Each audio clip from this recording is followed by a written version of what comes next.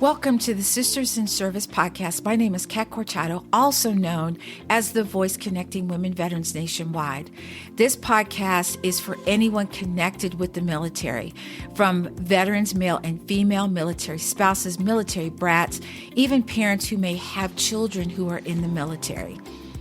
As an Air Force veteran, I understand the trials and triumphs that women veterans go through in service and out of service.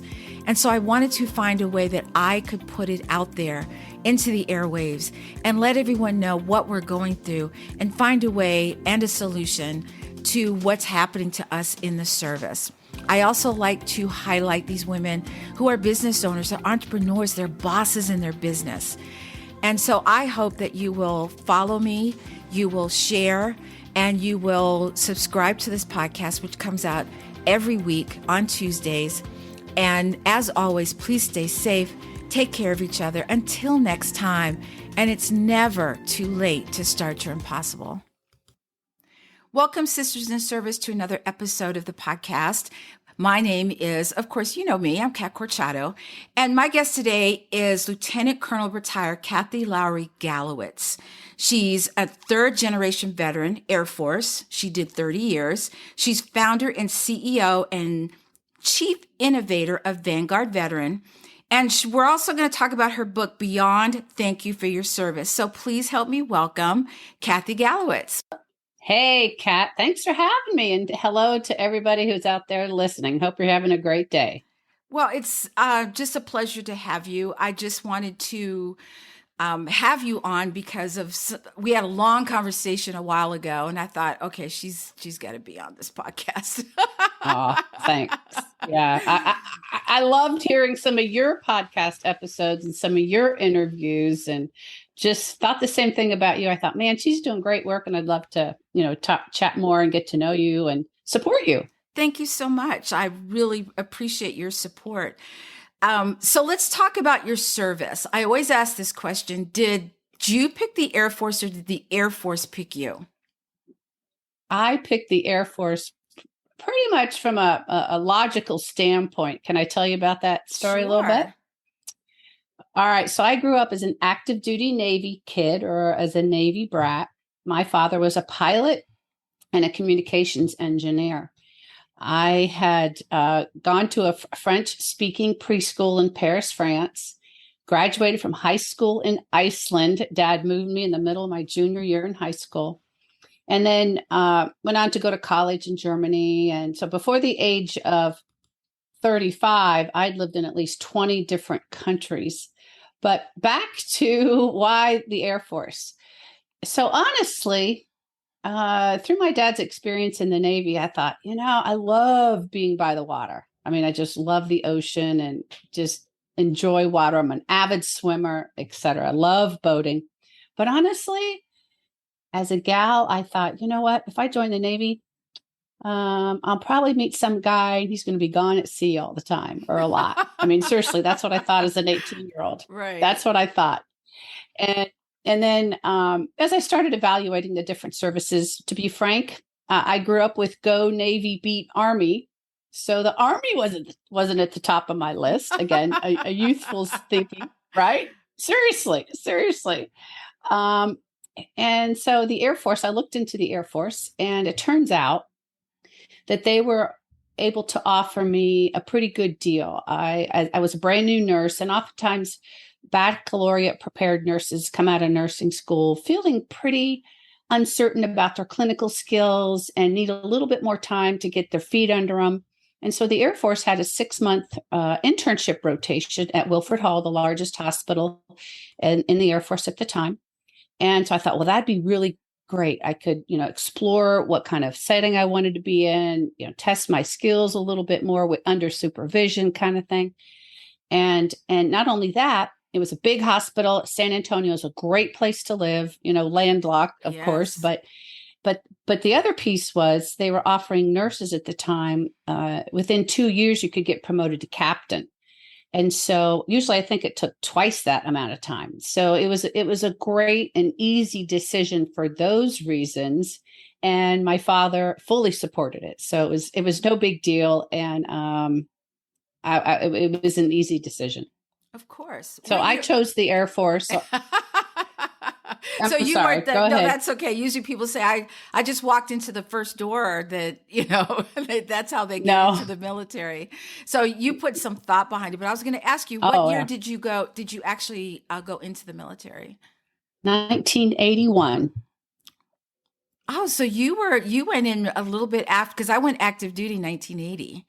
Oh. So we were in at the same time. I didn't say 30 years, but well, pretty far apart. And part of this story that's kind of fun is that as a nurse, right, you go to what's called MIMSO. I think it's military indoctrination for military service officers, right? Sound right? Yes. And it's 2 weeks. It's 2 weeks. Okay. So you learn how to wear the uniform, you learn how to read your LES, your leave and earning statement, and you learn how to salute, and just the very, very, very basics, Yeah. The very basics. So what the heck did I know about military service, right? But you hire nurses to be officers, of course, but your clinicians, you're providing patient care and helping our warriors heal and that sort of thing. So years later, fast forward, I got this job. I was the first female. I went from being a part-time medical person at the 121st Air Refueling Wing to being a full-time exec officer. And it was primarily an admin officer, but my second commander, pretty much let me know. He was like, what do nurses know about the military? You went to a 2-week MIMSO course. And I was like, well, sir, you're actually kind of right. I'm doing my best here. And so I had a steep learning curve when I went into full-time guard service and worked in an operational flying wing, because I'd never been around line officers. And at that point, I was essentially a line officer. And so I had a female pilot friend. She graduated from the Air Force Academy, and she would like roll her eyes at me when I would ask questions about flying. She's like, Kathy, you got to know this stuff. You're in a flying unit. And I was like, okay, I'm trying. No, so it's funny you said that, because my husband, who's also a veteran, he can look up now and say, oh, that plane is a da-da-da-da-da. He can rattle it off. And I didn't know anything about planes. He's like, what kind of plane is that? I'm like, I don't know. I didn't fly it. I didn't maintain it. I didn't load it. I didn't do anything with it, So why should I know what it is? But I just think that's funny. So being a third generation veteran, so you were Air Force, your dad was Navy. Who was the other? A grandfather? My grandfather was Army. I'm not sure how long he served. I don't think it was very long, but that's why I'm a third generation. That's pretty cool lineage, though. And just FYI, we were talking about this. I just found out I was second generation. Actually, I didn't realize I was second generation until I was reading your bio. So I thought that's pretty cool. I'm like, second generation veteran. Yes. I'm all right with that. And it's something to kind of be excited about, or at least notice and talk about, because so many of us who are exposed to military service do make that choice to go on and do our part. And so we're heavily influenced by that previous generation. Absolutely. I totally agree with that. So you do your 30 years, you go through transition. How was your transition out of the military? My military service was really a huge mixed bag. As a woman, I really wanted to complete a military career. So I started in 1981 and I ended in 2016. So I really only got 29 years of good service, but I had a 7-year break. So I can't do, public math, but the point is that I was on active duty, in the reserve, in the guard. I was an IMA, I was full-time, and I was part-time. So I had a lot of time, let's say, in those 30 good years of military service. I had a lot of time to do civilian jobs. Yes. Okay. So I started a medical practice.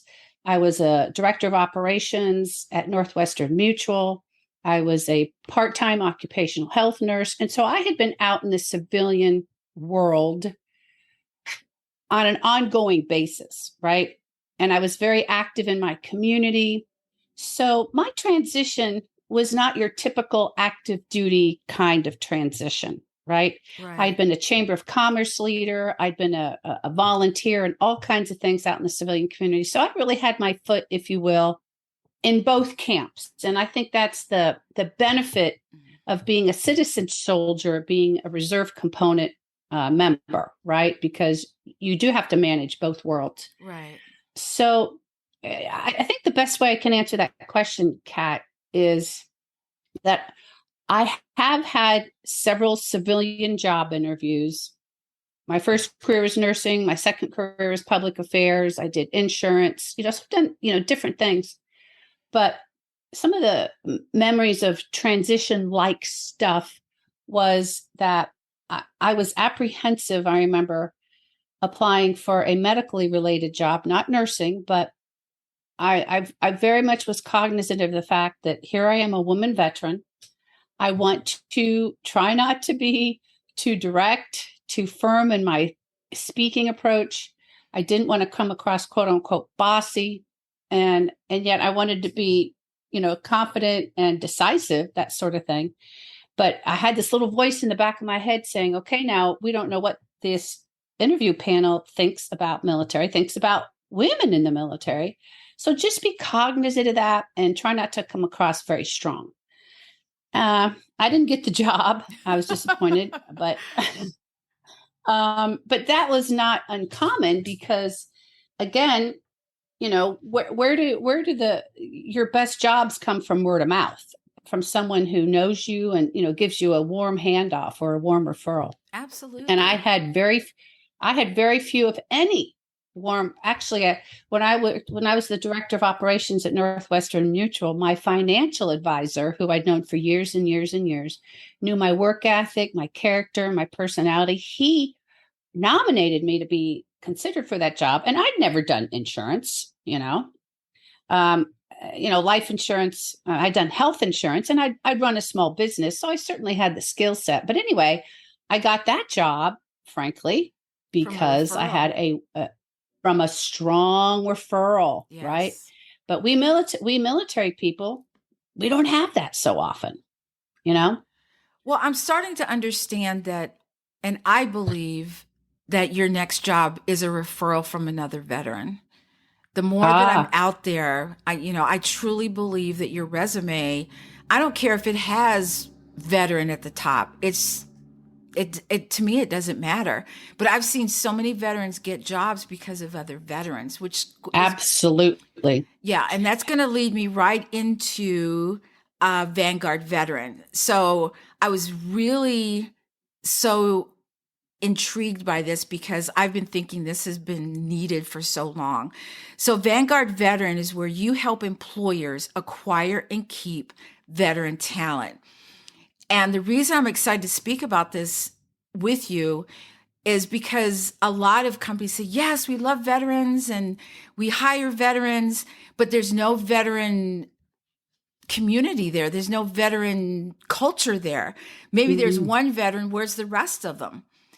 And so the veteran feels isolated again after going through that transition, and then they end up leaving. So speak to us a little bit and speak to our audience about how Vanguard Veteran came about, why you thought it was necessary, and exactly, how do you go about doing this for employers?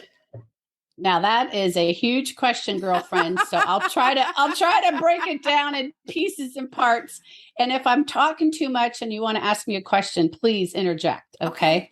So I'll start with what is Vanguard Veteran and how did it get started? How's that? Awesome. Vanguard Veteran. There you go.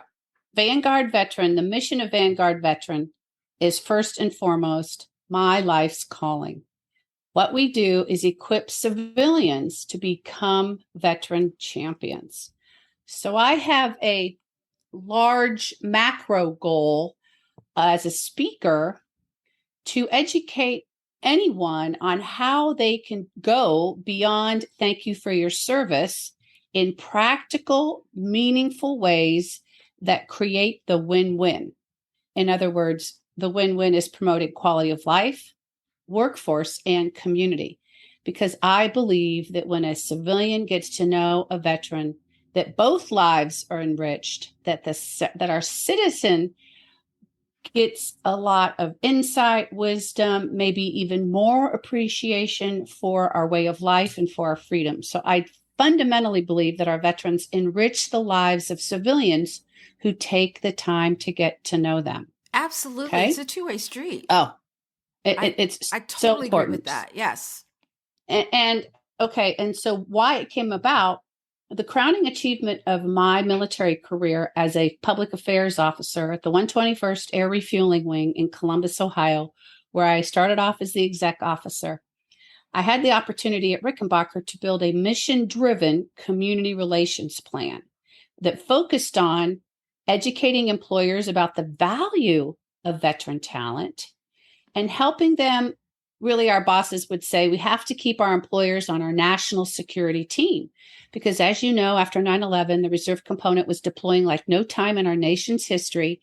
And so the needs of our service members, in this case, Army and Air, was greater because, 80% of our workforce was part-time military. So that meant that they either had a full-time civilian job, which paid their bills, or they were in college getting a degree. Well, either way, it's disruptive to be deployed. So we wanted our employers to not feel bound by USERRA, the law that mandates that you keep the service member's job when they leave. We wanted our employers to feel like they were part of the team, that they had some sense of what the service member brings to the workforce, and that it maybe softened the blow a little bit when they left and helped them have more and more commitment to keeping that person on the team because they were more and more valued. And so we started at the 121st, and then the Adjutant General of the Ohio Air National Guard, an Army guy, really valued what we were doing and so wanted to do it statewide. And so myself and my team developed a never been done before outreach program to educate and engage civilians in support of troops and their families. And so my book covers about 20 of those, mostly Ohioans, who do practical, meaningful things that go beyond thank you for your service. We cover employers, healthcare providers, lawyers, educators, clergy, and general members of the community so that, you don't have to be a Supreme Court justice in your state to make a difference. You can be a neighbor who knows that the family's deployed, that, checks on the family member left at home, who understands that a service member is struggling and how to approach that and deal with that. And so when I retired in 2016, I just knew in my heart of hearts, Kat, that, nobody was really doing this important work purposefully. Right now, Right. America loves and appreciates our veterans. Absolutely. And there's 40 or 45,000 nonprofits in this nation that are, really rolling up their sleeves and trying to promote quality of life for our veterans. I mean, that is really awesome. But Yes, whose job is it? Whose job is it, Kat, to, on an ongoing basis, to educate our citizenry about about military culture, about, busting the myths of, everybody has PTSD, which is wrong, right? Right. Yes. About, how military service strengthens attributes that strengthens the civilian workforce. About, wow, did you know that not only our veterans strengthen the civilian workforce because of all the skills and attributes they learn in military service, but when they move into your community, the American Enterprise Institute did a study in 2015 and found that veterans are civic assets. The title of this research was "Veterans Are Broke No More," which, you don't like that anyway. But the point is we're touting that veterans not only strengthen the workforce but strengthen the community and their civic assets. We are civic assets because we coach the football teams. We volunteer at church, right? We make charitable donations. We're everywhere. We help our neighbors. Yeah. We help our neighbors, and of course, we take voting seriously. Yes. Right? Seriously. So I want to tell you all this because as my thinking advanced, and so when I retired, I was like, I have to keep up this work, but I can't do all the work that our team was doing. So I narrowed it to employers and clergy. And I'd like to talk about military ministry before we leave here. But sure. As your veteran hiring concierge, anybody who's listening out there, if you're in a company, I offer speaking, training, consulting to help the company move from being veteran friendly to be veteran ready. If you want to start an employee resource group, you don't have one, or you want to strengthen one, I can support you with that. If your civilian team needs military culture training, I'm your gal. If you want to develop a strategy to build local relationships, to do messaging, to have retention tactics that work, Vanguard Veteran can help you. Now, a key thing, I'll pause here for a minute. You have questions? I was just going to say that's a dangerous thing to say because you might end up being incredibly busy. Well, because all these organizations can be like, I want some. How do I do this? How do I do that? and people do want some and they need some, yes, right? Yes, but I am not a recruiter. I am not a headhunter, so I don't guarantee placement of staff.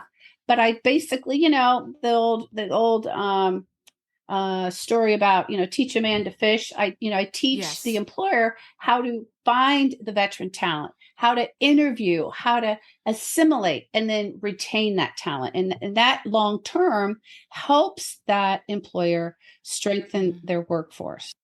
One other comment I want to get in there is that as my thinking matured, I was thinking, gosh, we need a national PR campaign. Right. A national PR campaign that somebody owns with staff, with funding, with sincerity and seriousness, that's out there talking about all the great things that veterans do for our community. Now, I think America really already kind of appreciates that. But when we are worried about a pandemic, worried about a recession, worried about politics, worried about our day-to-day life, we are human and we forget that, veterans have sacrificed a great deal for us, but that their attributes strengthen our workforce and their attributes strengthen our communities, and that myths and misconceptions aren't doing our veterans any favors. What is the truth out there about myths and misconceptions, right? Absolutely. So I think we need a national PR campaign that somebody owns and funds and is serious. And then I also think that we need a comprehensive and active program that supports fully post-military transition. Yes. Instead of a 5-day TAPS program, right? Right. And 440,000 nonprofits are all doing their own thing, which is awesome. But this needs to be coordinated, right? Because it's fragmented. It's fragmented. TAPS program and everyone's doing their own thing. I mean, if it was across the board and everyone was meeting the needs, but one TAPS program is doing this, another TAPS program is doing that. It's all over the place, just like you were saying. But I think a national campaign, to get it out there, I think is amazing and is well needed. But I think on the other end of that too, I've been telling veterans, especially women, but veterans in general, that when you go to an interview, if you get to that point, ask if there's a veteran culture. Ask how many veterans are hired. Ask how many are working there. How many are men versus women? And if they can't tell you, I'm sorry, that might not be the job for you. Right. And so research shows that, first of all, the Society of Human Resource Management Foundation found that 68% of employers find that veterans are better than, if not much better than, their non-veteran counterparts. Yet, and the business case for hiring veterans is clear, veteran unemployment is consistently lower than civilian unemployment. Yet, some employers, are hesitant to invest the money, the time to really learn how to do it well. There was a study by Korn Ferry that found, an international HR firm, that found that about 70% of HR people don't have active messaging or outreach to the veteran population. I mean, that's really kind of where it starts. And oftentimes it's hard for employers to even know who their veterans are because veterans don't like to report that sometimes. Absolutely. But those are great questions, Kat. Those are great questions because it's easy to say you're veteran friendly. I mean, America is veteran friendly, right? Right? Absolutely. Right? But it's like a buzzword. I'm we're veteran friendly. Oh, yeah. Okay. What does that mean exactly? But the neat part is in our society is that I think there's a more and more interest in being culturally competent because of all the kind of the, Black Lives Matter and the riots and, some of the cultural crises we've been experiencing over the last couple of years. But I contend that veteran hiring goes beyond, again, diversity and inclusion because we are highly diverse, right? Yes. And those other groups, if you will, haven't raised their right hand and said I'm willing to write a blank check to sacrifice my life for this country. Right. Whereas veterans have. So veteran hiring is more than diversity and inclusion, and it's more than corporate citizenship or corporate social responsibility. And it's not just about doing it for goodwill. It's about understanding the business case, taking it seriously, and figuring out how to do it. So the company ends up benefiting. Yes. Right. Because if we're absent less and more productive, cost savings can be generated. Well, you have to speak the language too. You have to be able to appeal to a veteran. As I've gotten older, veterans have a high BS meter, Yep. I love that. Selling them, be like, yeah, okay, I'm out. But while we're on the subject, let's talk a little bit about your book, Beyond Thank You for Your Service. And I love that because I don't want to say I hate the phrase, thank you for your service. Not that I hate it. It's kind of missing something. You know what I mean? When you say, oh, thank you for your service. You're like, okay. I love the phrase, thank you for wearing the uniform. Because if I said that to you, if I'm a civilian and I said that to you, what does that say? That means that I, as a civilian, understand the sacrifice that you made to wear the uniform. And so thank you for your service just sounds like it's it's kind of like, it's missing something. Kind of, it's not meant to be empty, but sometimes it can be perceived as not super sincere. I've heard some veterans, share that with me. So I love what you said. And I think the first time you told me that, I said, oh, I'm going to steal that from you. I think that's really good. Thank you. Yeah, it's really good. Thank you for wearing your uniform, because that's the whole essence of the book, Kat, is that we need to take seriously the sacrifices that our military connected people, families, of course, included, have made for this country. And, a verbal appreciation is certainly a lot better than what our Vietnam veterans got. And that, we are certainly grateful for that. Yes. But gosh darn, if you can do nothing more than try to develop a relationship with a veteran, be sincere, listen, initiate conversations, offer to help, and then follow through, there's a good chance that you will have that trusting relationship and you will find ways to help them. Not the least of which is, for someone like me who lived in 20 different communities before the age of 35, what do you think I need help with most? Connection. Yes. Referrals to groups of people I might want to meet, referrals to employers who might be interested in exploring my job candidacy, social connections. I mean, all kinds of connections. Let me get assimilated into my community because, active duty people in particular, I mean, when they move back home, they have very few connections, or when they move to a brand new community, they're complete strangers, right? Strangers, yes. Yeah. I mean, we know how to meet people and we know how to find our way, but just think if you had aware, alert, proactive citizens who were acting in ways that were helpful, just think how much nicer that would be. So that policy that I talked about, of course, needs to include DoD and the VA, but let's educate groups of our citizenry as part of that nationwide comprehensive post-military transition policy. How beautiful would that be? That would be gorgeous. I think that would be awesome. I was going to tell you, I was in a grocery store a couple months ago and I saw, I think he was a captain in a flight suit, and I started geeking out. I was like, oh my God. I was like, oh, and I wanted to go up to him and I was like, no, because I don't want to freak him out. I get it. But it was so cool just to see it. Yeah. So with your book, what's your audience for your book? Is it civilians who want to know more about how to approach or how to help veterans in their community? It's for any citizen who would like to become a veteran champion, because there's a chapter in there for community members. There's a chapter in there for employers. There's a chapter for healthcare providers and lawyers and educators, and then clergy. Can we talk a little bit about military outreach now? Sure. Okay.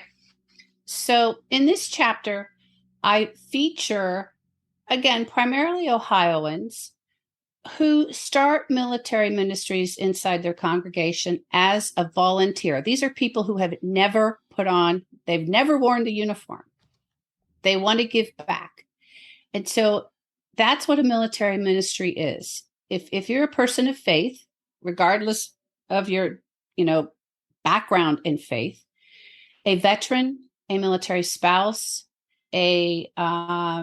anybody who loves our military and has a little bit of baseline knowledge and wants to give back to the military can start a military ministry. And in essence, it's a group you start inside your place of worship. You bring military people together. You build relationships, trusting relationships. You give them a safe place to share stories, to share concerns, to just feel understood. That sense of belonging is huge, especially when many of our military people are so mobile, right? Yes. So we provide practical support, meaning, okay, if your parents are living with you and you need a break, can I come help watch your parents for you for a while, or any kind of practical support? And then promote spiritual resiliency, whatever that means to you. For me, that means Christianity. For me, that means praying to God, asking for support. But you do this all in partnership with the clergy at your place of worship. So there's really 3 things you need to know to be a volunteer military ministry leader. 1, you need to understand a little bit about military culture. Okay. 2, you need to know a little bit about leadership and how to bring groups together, how to listen, how to encourage, how to communicate. And 3, have an understanding of what your veteran community resources are locally, because you're not there as a counselor. You're not there to fix things. You're there as a facilitator. And so you need to know your limits. You need to know your limits and, respond to the needs of the group globally and individually, and refer them on when they need help. And so I would love to I want to invite you to, get the book and read that chapter, but I also offer a monthly coaching call the first Sunday of every month at 7 p.m. Eastern Standard Time. If you have any interest, I encourage you to register on Eventbrite. It's called Military Ministries Matter. And I tell you what a transformative opportunity that is. I could tell you some stories that bring tears to your eyes from my military ministry called Vet Connect in Arizona. It's just such a big gap. And anybody as a volunteer can do this good work with just a little bit of knowledge and a little bit of support. And that's what I'm here to offer. Well, I love what you're doing. I just, we've spoken before, and I just think that more of this is needed, that you're just one person, but Yeah. I think this needs to spread like wildfire throughout all of the United States. Oh, how is it we can help, number one, and where can we find you, number two, if people want to reach out? Well, I'm so grateful that you even gave me a chance to talk about this stuff. That's really my life's work and my passion. Well, I can hear the passion in your voice. I can hear it. I know I talk really fast, and I'm sorry for that. But I understand that most of your audience is veterans, military connected people. And please, if you're a person of faith, pray about it. If you're curious, please reach out to me. My email is Kathy with a K, Kathy at Vanguard Veteran.com. Kathy at VanguardVeteran.com. And, Vanguard Veteran spelled just like it sounds. But I would love it if you would consider just learning more and, considering how you might be able to support military members in your congregation. But guess what? Once you start this fellowship group, if you will, people in the community find out about it. You can do outreach and bring more people to it. I contend, Kat, that these volunteer-led military ministries will help curb veteran suicide. Why? Because isolation is the precursor, yes. More often than not. Isolation, people who are isolated, tend to go that way. And so if you can give them a sense of belonging, encourage them to participate, let them know that you care about them, and connection. Just lead. Yes. And just lead with your heart and be authentic and be a good person. I've experienced it. It brings tears to your eyes what you can do in very small ways to enrich people's lives who may or may not be struggling. People being military connected people. You create a safe place for them with a spiritual underpinning with your pastor's support. Well, Kathy, thank you so much for being on the Sisters in Service podcast. I will make sure that all your information is in the show notes so that people know how to reach out to you. If you're a civilian and you're listening to this, or you know of an organization that hires veterans that needs to know about this, please get in contact with Kathy, because you heard the passion in her voice about this. It's a passion project. I won't say it's a project. It's a lifetime passion. It sounds like that she's trying to do this. And so for all my sisters in service, please stay safe. Take care of each other until next time. And it's never too late to start your impossible.